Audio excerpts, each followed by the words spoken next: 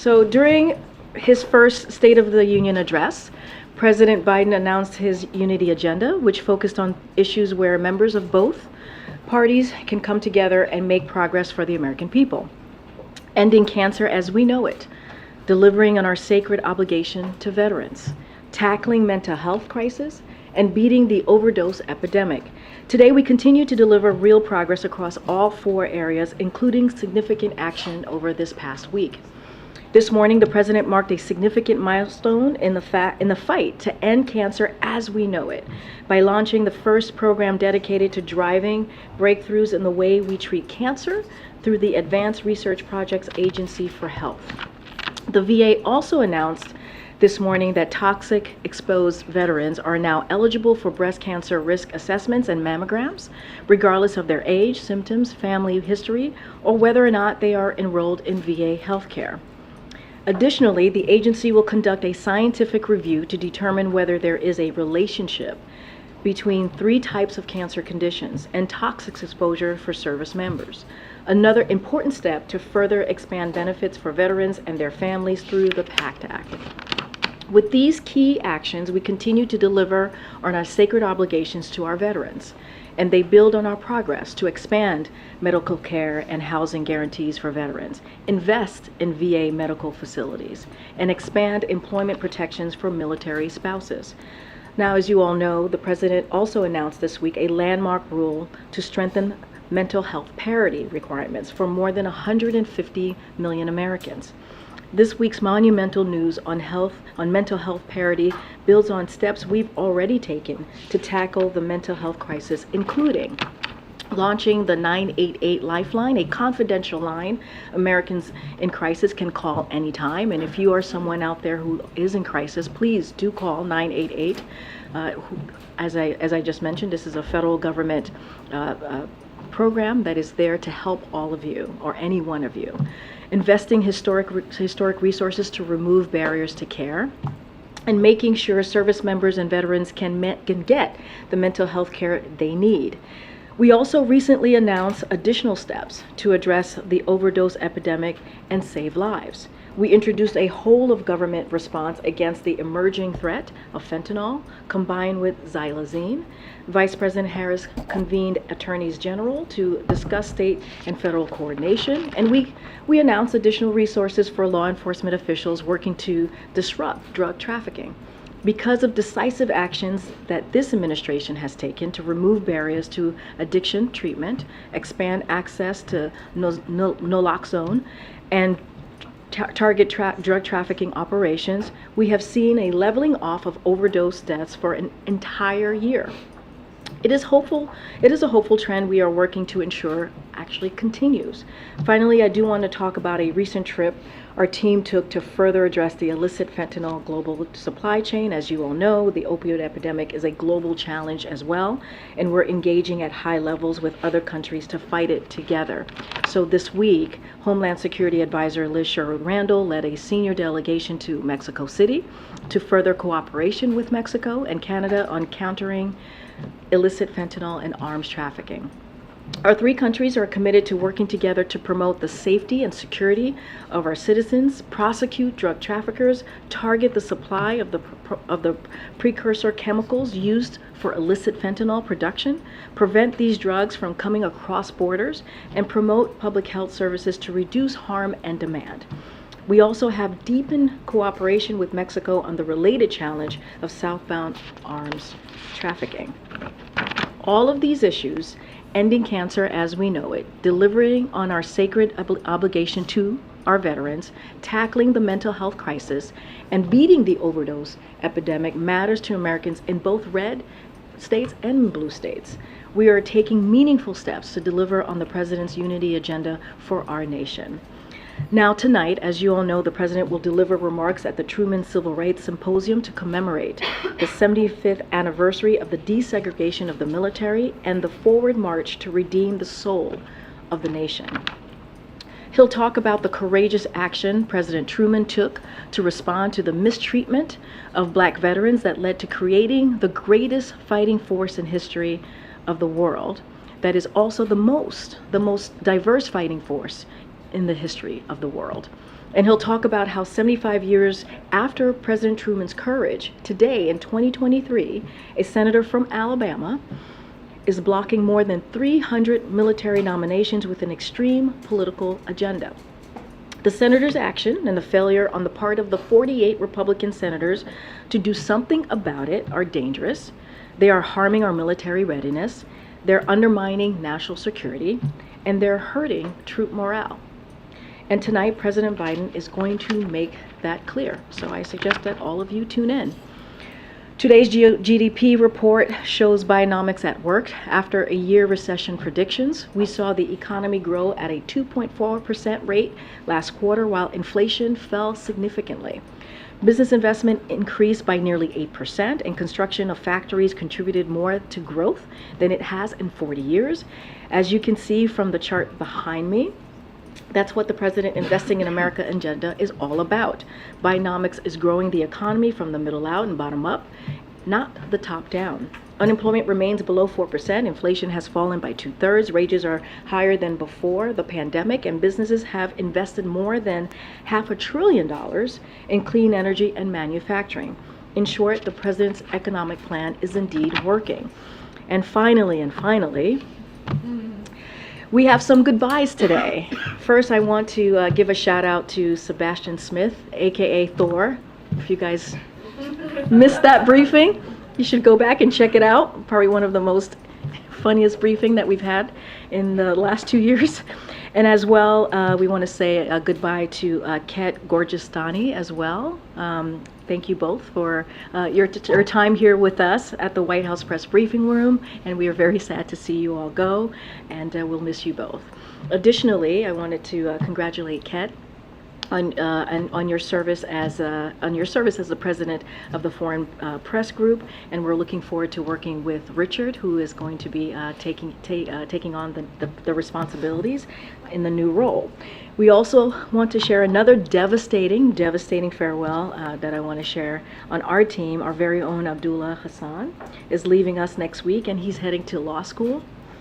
Abdullah deferred law school by a year in order to continue working in the White House, and we are grateful for his dedicated service to the country, to the president, and our press team. I did promise his mom that I would not keep him longer than a year, and I kept my promise to his mother. Hi, Mom. And we are very sad to let him go, and if I could, I would hold him for another year or more, but we do keep our promises here, Mom, we do. Abdullah has had an extraordinarily important portfolio here as our spokesperson, as you all know, on immigration, student debt, climate, and more. Abdullah, we know you're going to do great things and amazing things. I think you are going to be a fantastic lawyer because you are a good human and you care about people. So I can't wait to see what you do after law school. And so with that, we are also thrilled to welcome Angelo Fernandez to fill Abdullah's shoes. He comes from DHS, and we hope that you take a minute to say hello to Angelo and also say goodbye to Abdullah. With that, Song Ming, the floor is yours. I wanted to ask about the president's reaction to the legal developments yesterday and with the initial plea deal for his son appearing to fall apart. So look, I'm really not going to say anything more than what I shared yesterday. This is a personal matter for Hunter Biden. This is, a personal issue, and as you know, this has been done in an independent way by the Department of Justice. It has been led by a Trump-appointed prosecutor, and I'm just not going to comment beyond what I said yesterday. And of course, and we have said this multiple times, the President and the First Lady, they love their son, and they support him as he is working to rebuild his life. I'm just not going to say anything beyond that. And on Leader McConnell, he mentioned that the president called him yesterday. Can you talk a little bit about that conversation, what the president's message was to Leader McConnell, and whether the president believes he is able to serve considering his medical conditions as the Republican leader? So I'm not going to get into the medical condition of the Republican leader in the Senate. What I can say is the president respects Senator McConnell, there is a lot that they disagree on, but they have found ways to work together to find common ground, and I think that's important for the American people to see, that bipartisanship and how they've been able to work together. Obviously, the president has known the senator for some time now. Like the leader mentioned, the president called him yesterday. I'm just not going to go into details on that conversation. As you know, and we say this often here, we try to keep those conversations private, and so I'm just not going to go into details from here. Thanks, Karine. To follow up on Hunter, is the president concerned that his son's legal challenges will continue to take attention away from the White House now that this plea deal has fallen apart? I'm just not going to speak to the politics of this. I'm not going to speak to characterize any of this for the president. What I can say is that, and I've said this before, this is a personal matter. This is Hunter Biden, as you know, is a private citizen, and this was done in an independent way. This investigation is being led by a Trump-appointed prosecutor. And so the Department of Justice is independent. We give them the space to be independent, and we respect the rule of law. I'm just not going to get into details of characterizing. Has he spoken to Hunter? I'm just not going to speak to any private conversation that the president has with his family. And one other one. In December 2021, President Biden told ABC's David Muir that accountability is necessary for the January 6th insurrection at the Capitol, no matter where it goes. Does the president stand by those comments, even in the case of former President Trump? I just don't have anything additional to add. The president spoke, was very candid when asked that question, and I believe his words still stand today. Hey, Andrea, good to see you. Yeah, good to see you too. Andrea. Okay. On Niger, is the U.S. considering, making a plan to remove troops from Niger? Will you have to evacuate U.S. citizens? And is there any indication at all that Russia could be have a hand in what's happening there? So a couple of things. So the U.S. Embassy released a security alert on July 26, advising U.S. citizens, which was yesterday, as you all know, to limit unnecessary movements and avoid the affected area until further notice as the situation develops. We continue to monitor the situation and will continue to provide information to U.S. citizens in the region through the travel advisories, alerts, and travel.state.gov. We strongly encourage U.S. citizens in Niger to enroll in the Smart Travel Enrollment Program at step.state.gov to receive important emergency information and be careful. Be careful about where they are and what they're doing. We will certainly determine on what is needed as we get further information. To your question about Russia, Putin, I know there's been question about Wagner Group as well. Until now, we have not seen incredible indications of Russian or Wagner involvement, but to the U.S. citizens who are in the country, we again continue to tell them to be mindful, to be careful, and as I just stated, we did put out an alert yesterday. And just another one on international stuff. I think the subpoena, we were supposed to provide information on Afghanistan and the withdrawal by Tuesday at 10 o'clock. That hasn't happened. Are you concerned that you could be held in contempt if you don't provide that information? I don't have any comment on that at this time. Okay, and then just real quickly on Maloney's visit today, to what extent will you be talking about China and particularly the Belt and Road Initiative? Do you have any indication that the Italians will accelerate moves to get out of that arrangement with China? So, look, I don't want to get ahead of the conversation that they're going to have. As you know, they're going to be meeting fairly shortly. As it relates to the Belt and Road, I presume, is that what you're speaking towards? I know my colleague was asked a couple times yesterday from NSC. What I can expect is they will discuss the benefits of closer transatlantic coordination regarding our approach to the People's Republic of China, among other topics, but I don't want to do anything more to confirm any specifics. Obviously, that conversation is going to happen in less than an hour, so I want to give the President and the Prime Minister the opportunity to go through their agenda. Thanks, Karine.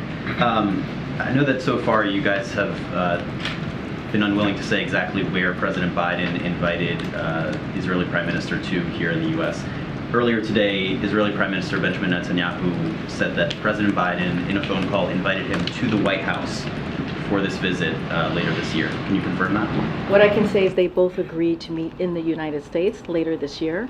Both teams are working through what that's going to look like, the timing. I don't have anything else to share beyond that, beyond what we have said last week and continue to say after that conversation is that they both agreed to meet in the United States later this year. The president did not invite Netanyahu specifically to the White House. I just want to be very clear. It was a conversation that they both agreed that it would be in the United States. Don't have anything further. Both teams are indeed talking and going and working through. Claiming the White House, so. What I can say is the United States. That's what they both agreed on, and both teams are having that conversation on what that would look like, on the details of that.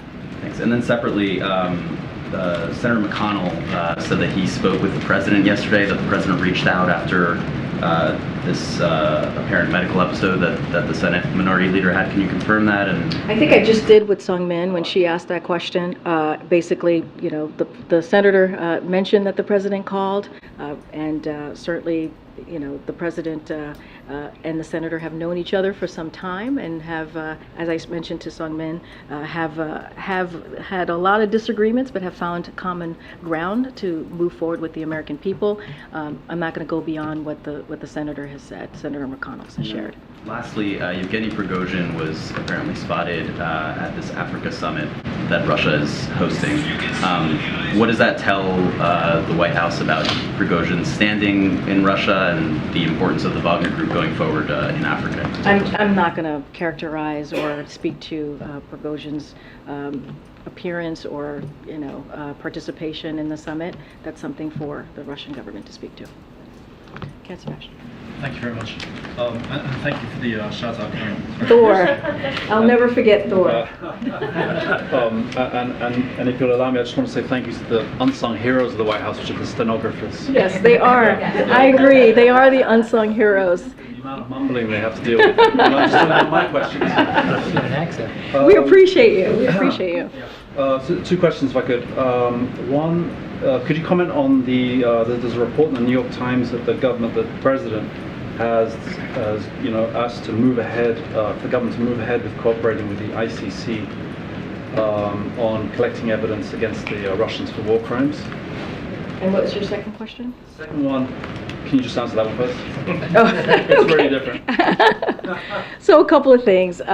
Since the beginning of Russia's assault on Ukraine, the president has been very clear. There needs to be accountability for the perpetrators and enablers of war crimes and other atrocities in Ukraine. He's been very clear about that. We support a range, as you know, of international mechanisms to identify and hold accountable those responsible, including through the Office of Ukraine Prosecutor General, the Joint Investigative Team through Eurojust and the United Nations Human Rights Monitoring Mission, the expert missions established under the OSCE's Moscow mechanism, and the International Criminal Court, among others. So we have deployed teams of international investigators and prosecutors to assist Ukraine's Office of the Prosecutor General in documenting, preserving, and preparing war crime cases for prosecution. And the Department of Justice has entered into a memorandum of understanding to cooperate with Ukraine on investigations and prosecutions of war crimes committed during Russia's invasion of Ukraine. So, but on the ICC specifically, which is your question,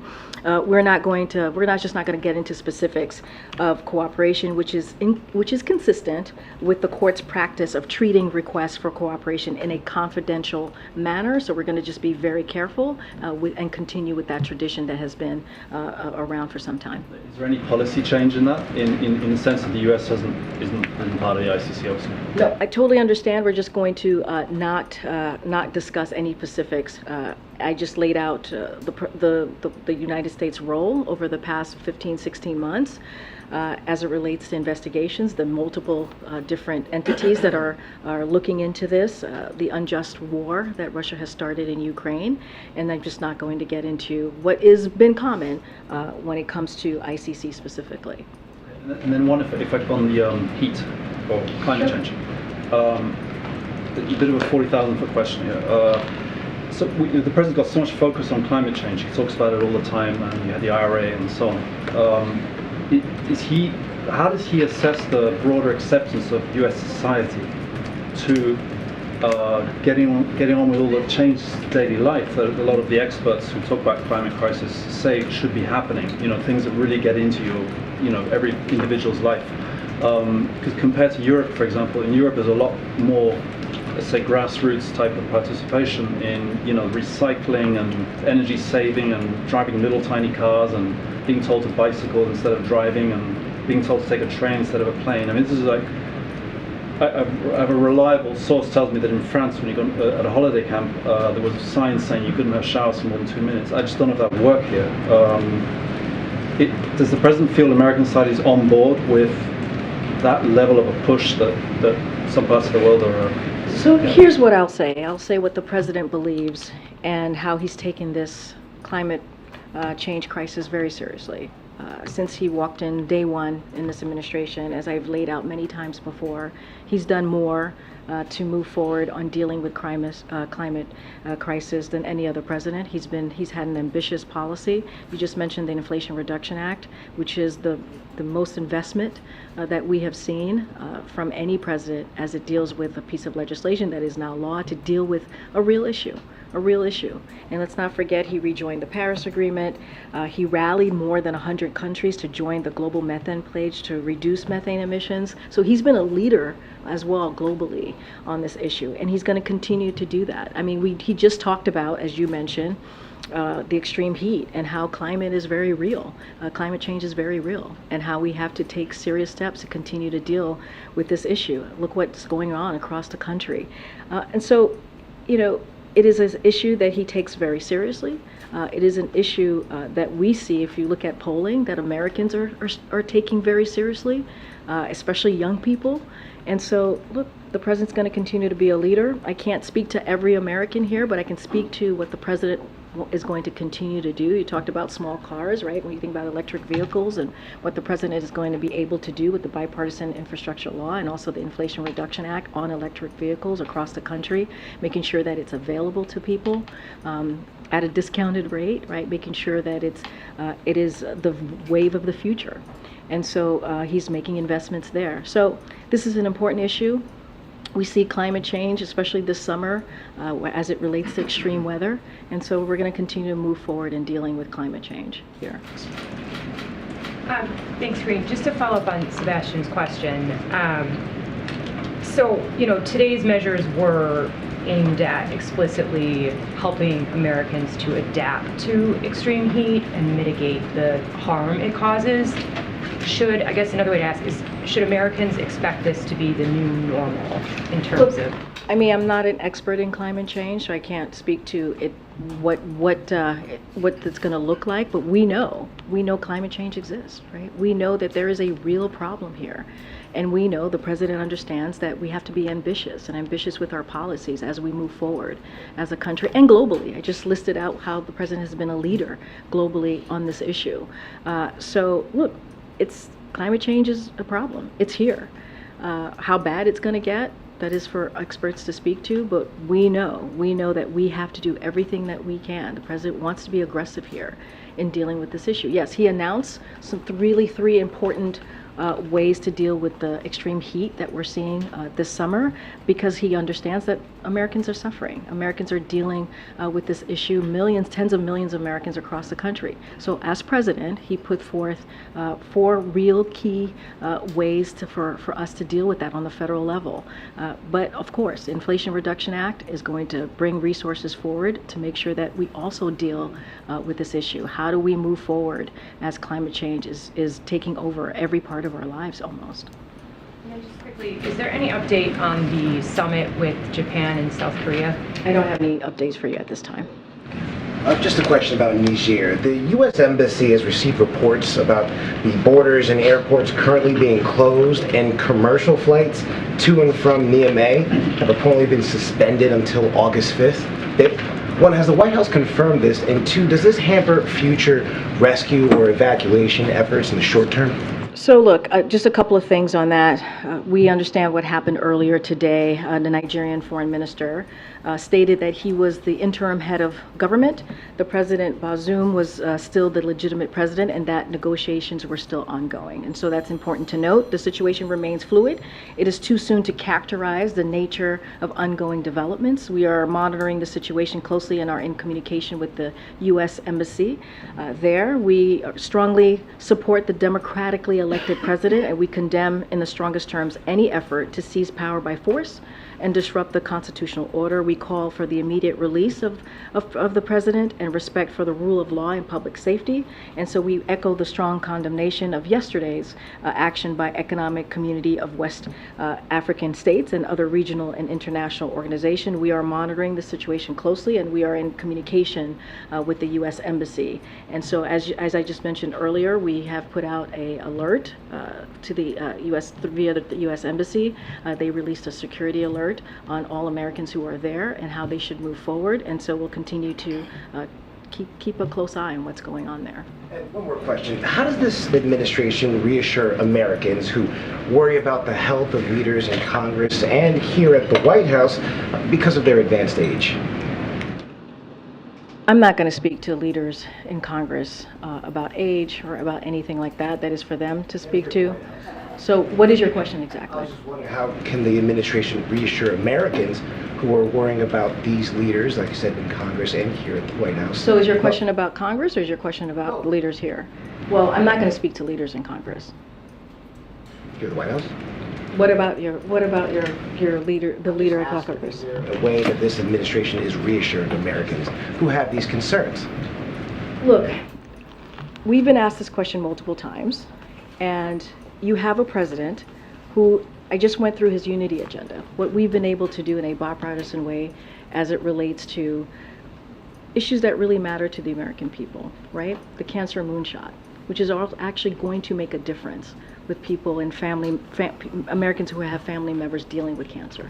That is something that this president has been able to do. You look at the record that he's been able to lay out when you think about the economy right now, the GDP. We just laid out the good news from the GDP and how the economy is growing. This is a president who has done historic amount of policies, of changes in this administration that has mattered to the American people. And so that's what the president's going to continue to focus on.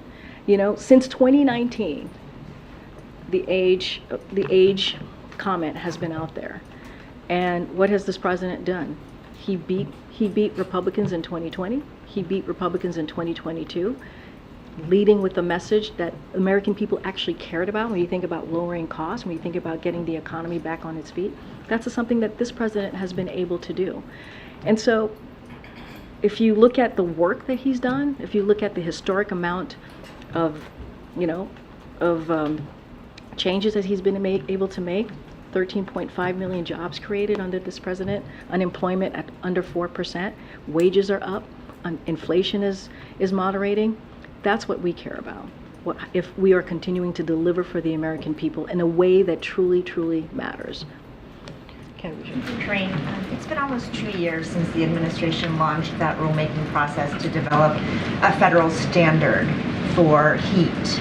And this week you said that the work is ongoing to develop that national standard. So can you give us an update on where that stands and what's taking so long? So look, we knew that the federal law would require OSHA to go through a few steps, additional steps, right, in order to make regulatory changes, including a required small business review and consultation process that the agency is in process right now of completing. And so that's why the Department of Labor kicked this process so early in the administration, because we knew it was going to take some time. And so they have been working urgently to get this done. But I want to be clear, the department, this is Department of Labor, has been taking action to protect workers this entire time under existing law, because there is an existing law. That's how we were able to do the heat alert under existing law. And so the president also recognizing protecting workers is important from heat, and that can't wait. That cannot wait. And so we asked the Department of Labor to do this heat alert, which is going to which is going to matter and make sure we protect those very workers. But it's going to take some time on the new standard that you just asked me. That's why, again, the Department of Labor did it so early, and so they're working very diligently to get this done. So no timeline on how I much don't time? have a timeline, but again, we understood that OSHA there's going to be some additional step to get there, and it's going to take some time, especially getting small businesses to, in changing regulations. And so, again, Department of Labor is on top of this, but we wanted to take a step, in between step, as we're waiting for that process, and that's why this heat alert is so incredibly important. Got it. And secondly, you've said before that as it relates to 2x2s, it's a conversation that's had between the U.S. and the second country. It's not a unilateral decision. Today, Prime Minister Meloni is coming to the sticks. She's having a press conference at the Italian embassy. So it appears that it's the U.S. that does not want to have a joint press conference. Is that true? And if it's not, why aren't you having one? I would not say that is true. I was not part of the deliberation on this with our National Security Council. It is a conversation, as you stated at the top, that happens between two countries. I have not asked the National Security Council on this and how those conversations went, but usually it is both countries that agree on how to move forward. You would have to really speak to the Prime Minister on how they're proceeding and doing what they're doing today. I'm sorry, just to be clear, as press secretary, you're not part of the conversation about... With a diplomatic conversation with another country, that goes through the NSC. Okay, thank you. Karine, Senator Tester said today that he expects a Ukraine supplemental request to come from the White House by the end of the month. There's not a lot of days left in the month, so I'm wondering if that timeline is accurate and if you have more specific timing or any sense of size and scope of that request. No, I've heard this. We don't have anything to share at this time on any supplemental requests. Kim Jong-un today met with Russia's defense minister. It was one of his first meetings with a foreign dignitary since the pandemic. He showed off some of his ballistic missiles that violate international law. I'm wondering if you have any reaction to this meeting and if it has raised concerns, whether about Russia or North Korea. Don't have any comments about their meeting. We have always said that we leave the two countries to speak for themselves about any conversations that they have. We've been very clear about North Korea and their ballistic missiles. We've always been very clear about that. The lines, we are ready to have conversations with them. With Russia, we've been very clear about their aggressive war on Ukraine, and we've certainly have been very clear about that. And you've seen that in the alliance, the NATO alliance being stronger than it's ever been before. You've seen this leadership of this president globally.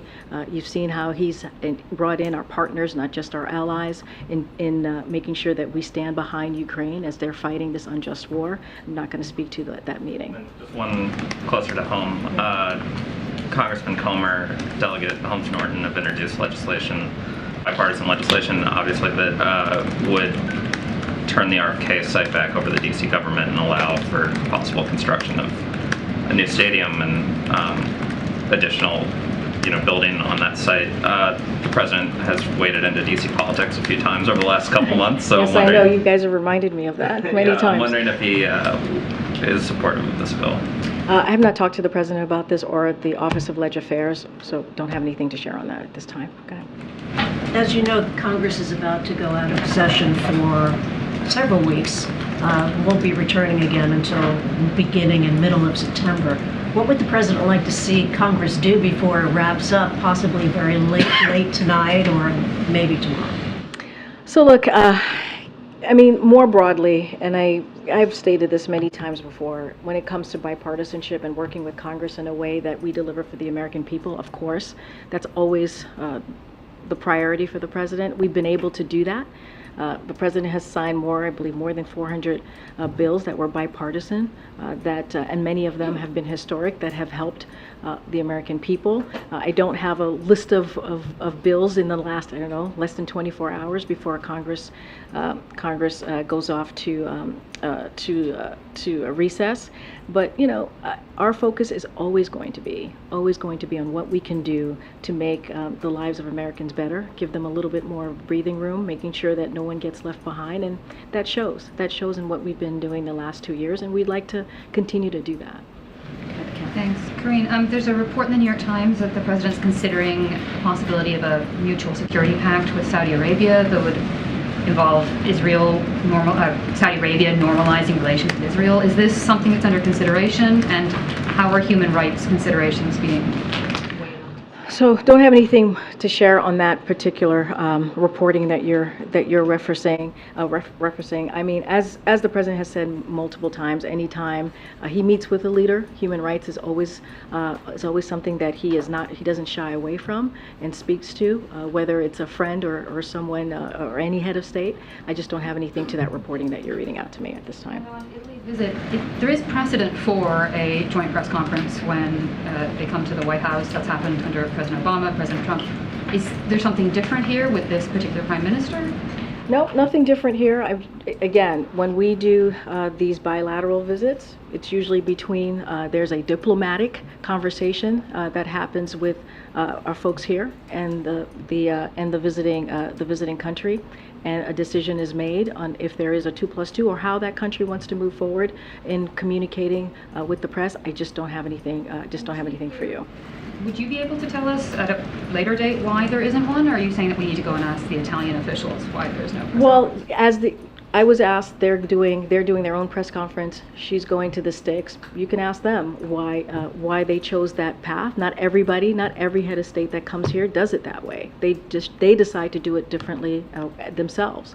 What I can speak to is that we do have a conversation with that visiting head of state, and a decision is made. It is not made unilaterally, and the decision was to not go that route, and I leave it there.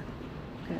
If you could, just to follow up on that, will you circle back to us, because I know our briefings will be limited with the president going out of town, tomorrow the president traveling. If you could circle back to confirm as our conduit, just to be clear, if the White House offered the opportunity to the Italian Prime Minister for a 2-2 or for a press conference to take place, and similarly while you're at it, if you could ask about all the other ones that have come previously, because there's been a lot of foreign leaders who have now come to the sticks, which many of us in the room in the past have not had that experience before, certainly not on a 100+ degree heat index day. I forgot about the weather. That's a good point. So as our conduit, if you would find out those answers, and also what the White House, what the official policy is on those matters, and why it has changed over this administration versus years past. I'll leave that to you to circle back to us on. But let me ask you about Vladimir Putin, and he's now pledged to provide free grain products to at least 6 African nations right now. Nations that we're not going to be able to receive that because the Russians are blocking the Ukrainians from providing that grain to those countries. Vladimir Putin is saying that this is a function of Western hypocrisy. Trying to get the U.S.'s response to that, how the U.S. will proceed in this situation, most broadly. Just really quickly, just to reiterate on your first question, it is not done unilaterally. This is a conversation that happens, a diplomatic conversation that happens with both teams, right? With the visiting country, and also. That's why I just wanted to know if you could ask if we offered them the opportunity. No, I heard your question. I'm just saying that it is not done unilaterally. So, but I hear your question, and as you said, I am the conduit, and happy to circle back. I haven't said that word. Okay, Vladimir Putin. So first, the Russia's unilateral withdrawal from the Black Sea Grain Initiative, as you know, which had been instrumental in reducing world food prices, as well as Russia's attacks on Ukraine's grain shortage and transportation infrastructure, have caused, as you know, significant volatility in grain and food prices. The Black Sea Initiative had resulted in more than 32 million tons of grain being exported to world markets. Russia's actions to take such a significant amount of food products off the world markets will exacerbate hunger in some of the hardest hit areas of the world, including Africa. Africa. So while we would welcome any actual contributions to alleviate global food insecurity, or to paraphrase what UN Secretary General Gutierrez said just moments ago, and I quote, "A handful of donation to some countries cannot replace the millions and millions of tons of grain export that help stabilize food prices around the world." And I also add, despite Russia's rhetoric, they actually invest very little in Africa, accounting for a mere 1% of the foreign direct investment that goes to the continent. And as Secretary Blinken noted, and he said this earlier today, they also contribute about 0.02% of the budget of the World Food Program. So as far as have we considered, the onus is on Russia to show that it isn't an empty promise, if that is exactly what they're going to do. After all, they began the Russia-Africa Summit with significantly diminished influence as a result of their actions, as we have seen, and more than half of the countries who had attended the previous summit are not attending this one, and so we'll see. Hey, we go back to the first question of the briefing. I know you said not a lot's changed since yesterday and that it's a personal matter, but from a presidential perspective, is there any possibility that the president would end up pardoning his son? No. Well, is there? I just said no. I just answered. Go ahead. Go ahead. Thank you, Karine, and thank you for your nice words, and thank you to the whole press team. I've got two follow-ups, one on Niger, one on Russia. On Niger, just more broadly, can you talk a little bit about the concern of the United States about instability in Niger, given what a partner it is for the U.S., the Europeans, in the fight against extremism in the Sahel region? So it's all unfolding right now. Just don't want to get into hypotheticals. You're right, Niger is an important partner. So we're closely monitoring the situation. I just don't want to get into hypotheticals from here. It is unfolding, and we're just going to continue to monitor and keep a close eye. And on Russia, a follow-up on the grain announcement.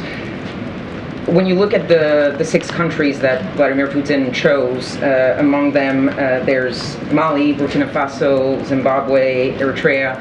These are mostly, I think 5 of the 6 were ones that refused to vote against Russia in their UN resolution. How do you interpret that move by Vladimir Putin? Is it a sign of strength with the African continent, sign of weakness? I'm not going to get into Mr. Putin's head. I'm just not. I've just laid out what our thoughts are on this, and how he's lost standing, obviously, globally. If you even look at this summit, how a good majority of folks who were there the first time did not attend. I'm just not going to get into characterizing why he did this. The direction that he wanted to take this is just not for me to do. Thanks, Karine, and thanks, Abdullah, for your help over the years. So my question, the House Judiciary Chairman, Jim Jordan, tweeted out a series of internal Facebook emails today showing that influence in the White House to remove some posts the administration didn't like. It's been about 3 weeks since the judge restricted access from certain agencies communicating with social media. How much is the White House now working with social media companies to remove concerned posts or things they don't want? So what I can say is, honestly, on this, because it's an ongoing case, I would refer you to the Department of Justice on this and the status of this case. As you know, we're going to be very careful here about speaking about this. So I will just let them deal with this. Is the White House still communicating with social media companies? So look, as I've repeated many times from here, we have promoted responsible actions to protect public health, safety, and security when confronted by challenges like a deadly pandemic and foreign attacks on our elections. And we have consistently made clear that we believe social media companies have a critical responsibility to take account of the effects of their platforms that they have on the American people while making independent decisions about the content of their platforms. That continues to be the case. That has not changed on what we believe here, but there's a specific case ongoing, and so I would refer to Department of Justice. And on the GDP statement today, over the 2.4% growth of the GDP, it said, the president said that he's touting real wages are higher than pre-pandemic. Real wages are up 0.4% in the last 30 months, and that's less than 1% increase over the past 2.5 years. It doesn't really help folks buy food. So what do you say to those people who are seeing their wages not pay for as much food as much? Just to be very clear, we are accounting for inflation when we say wages are at 1.2% higher, and then they were last year, which was at 0.7% higher than before the pandemic. So that is indeed something that we're accounting for. And so, there is a strong job market that exists. The inflation, as you know, has been easing for 12 months straight in a row, 12 months in a row. And so wages are rising, and there's even more low and middle wage workers, which is also important as we look at the data, as we look at the direction this economy is going.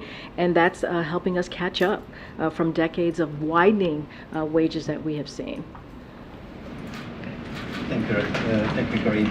There are new reports about back-channel talks, negotiations between the U.S. and Russia, supposedly conducted by former U.S. officials. Are you aware of any such regular contacts, and is there any involvement on the U.S. government's part in those negotiations? I'm not going to get into reporting on conversations outside of the government, and I'm certainly not going to get into diplomatic conversations that we may be having with Russia. That's not something that I'm going to do from here. Hey, Karine. The tax matter that had Hunter Biden in court in Wilmington yesterday, it had criminal information saying that he hadn't paid 1.2 to about 1.5 million in taxes owed. So my question is, number one, I know the president doesn't talk to him, you said, about his business, but was he aware at the time that he wasn't filing his returns in a timely fashion?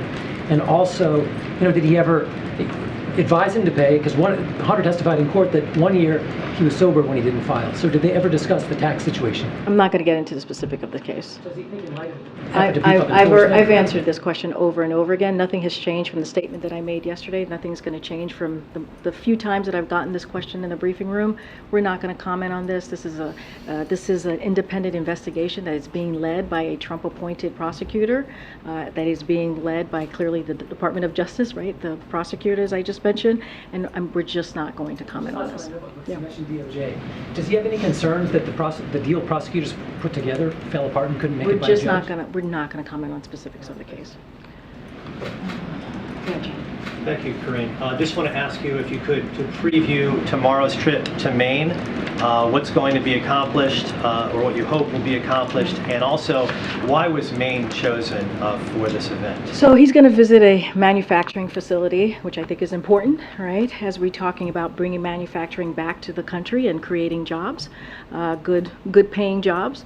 And so he'll discuss how Bidenomics is revitalizing the American manufacturing and bringing investments, like I said, and jobs back to communities. Big investments that many communities have never seen before, as it relates to jobs and as it relates to making sure that we're making things in America again. And so he will announce new actions promoting domestic manufacturing of new technologies in America. And as you know, we've announced more than $1.5 billion in investments in Maine infrastructure, including $570 million for funding for high-speed internet. And so public investment from this president's legislative accomplishments are helping to revitalize local legacy industries like textiles. So that's what he's going to be doing tomorrow. It is going to be his first time in Maine.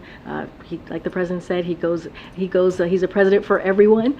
And so we're excited to go there. He's excited to be there to make this announcement, and critical, important announcement to not just the constituents of Maine, the American people of Maine, but also to the country. Separately, you suggested reaching out to the Italian embassy as it relates to why there is no press conference today, no joint press conference. No, that's not what I said. Why they are proceeding to move in the direction that they are moving. I did. I reached out to them during the briefing, and what they said was, we didn't insist, knowing that you would not accept. Is that accurate? I have no idea. I mean, you're asking me to comment on something that they said. I haven't even spoken to the team yet, so I can't comment on what you're reporting right now. I have to talk to the team. What I can say, it's not a unilateral decision. It's a conversation that happens with the visiting country. Don't have anything more to share on that. As they are proceeding with the way that they want to communicate, that's on them to speak to. That's not on us to speak to. Is there any reason, just to tie this up, Yeah, is there any sure. reason why it would be rejected? That idea of a joint press conference would be Like I rejected? said, it is a unilateral, it's not a unilateral decision. It is a conversation that we have with the other country. So I can't speak to specifics on that. Go ahead, Brian. Thanks, Karine. 2.5 questions, and thanks to all the colleagues and all the members of the staff that are leaving. I want to get all that in. As for climate change, I just want to drill down a bit on that. In Lithuania, the president said that it is the greatest existential threat that we face, and the window is closing. Since then, there's been no meaningful legislation introduced in Congress. During the congressional break, will the president be working with his allies in Congress to up the legislation to address climate change? Inflation Reduction Act. That was Other than that, yes. I mean, but we can't poo-poo that. That was an incredibly important piece of legislation that we are currently implementing. Look, the Inflation Reduction Act is going to make a real significant investment as we're talking about climate change. We have never seen that type of piece of legislation before under any administration. So that is important. That is critical. Of course, the president is always going to take steps to move forward as he sees the climate crisis, the climate change as a crisis, as he said from the beginning of this administration. And so, of course, we're always going to look on ways. But he has had the most ambitious policy, not just legislation, but also policies as well. Well, I just wondered if he was working on additional legislation, but We're always looking on ways, and we've already have had ambitious policies to deal with climate crisis. second one, and Yeah. I just want to drill down a little bit on the Hunter Biden thing. And I think this will cut to, I'm not going to ask you to speak to anything other than this administration. Can you state categorically that the administration has neither sought nor received favorable treatment from the DOJ for any investigation into the president, members of the administration, his family, or former President Donald Trump? Absolutely not. The Department of Justice is independent. The president respects the rule of law. He has been saying that since he was before president, and that will remain the case. And then finally, just as far as the questions about the president's health, I think that would be all cleared up if, once again, if we could just ask him to step out of that door into this room for 45 minutes. And so I ask you again to pass that along to him, to ask him to come out and see us. I appreciate the request. Thank you for the request. The president, as you know, again, I appreciate the question, and I get it, and the president understands. You guys want to ask him questions and have the opportunity for him to answer your questions. I do want to say, this is a president that has done more in the first 2.5 years, when it comes to the economy, when it comes to really giving the American people a little bit of breathing room than any other president. All you got to do is look at the data. All you got to do is look at where we are in this country. There was a conversation for almost 2 years about a recession, and now you have economists saying that because of the work that this president has done these past 2 years, we're not headed in that way. And so, this is a president that wakes up every morning thinking about the American people and doing that job and doing the work, and you see that. You see that, again, in historic pieces of legislation, whether it's the bipartisan infrastructure legislation. That was a joke. Infrastructure Week was a joke. And now we're talking about infrastructure decade. CHIPS and Science Act, we're able to do that in a bipartisan way. You're going to see the president in Maine tomorrow talking about how to bring jobs back to this country, how to bring manufacturing back to this country. Things that the last administration was trying to do, and it was a joke. And this president is actually making it happen. So I'm going to just keep talking about that, keep laying that out. But I get that, but you'll hear him talk about that tomorrow. You will. Okay. Oh. We have to wrap for. Oh, okay. I don't see anybody. Oh, there we go. Hi, how are you? This is Biden's first time coming to Maine as president. Can you share why he chose to come to Maine now and specifically to Auburn? Oh, my goodness. I think I just answered that question. So he... It's his first time ever in Maine. No, as president. Okay. As president. This is the first time that he's visiting Maine as president. He's going to, and hello, hi, what's your name? Sorry, my name is Lana Cohen. And you, which publication are you from? I work for the Portland Press Herald of Portland. Well, thank you for joining us. As you just mentioned, this is the president's first time visiting Maine as president, as Andrea clearly cleared us up for us. So he's going to be visiting a manufacturing facility to discuss how Bidenomics is revitalizing American manufacturing. As you know, for the past couple of months, we've been talking about investing in America and how the president's really key pieces of his legislation, like the CHIPS and Science Act, the bipartisan infrastructure legislation, and so many others, have helped create good union-paying jobs. And so this is part of that conversation that you'll hear from the president, promoting domestic manufacturing of new technologies in America. And we've announced, as you know, $1.5 billion in investments in Maine's infrastructure, including $570 million for funding for high-speed internet. And so you're going to hear directly from the president. He wants to make sure that the American people get to hear from him directly, and the people of Maine are going to be able to do that. We're going to have the governor of Maine, Janet Mills, who will be in attendance as well. And so the president's surely looking forward to visiting tomorrow, his first time as president. All right.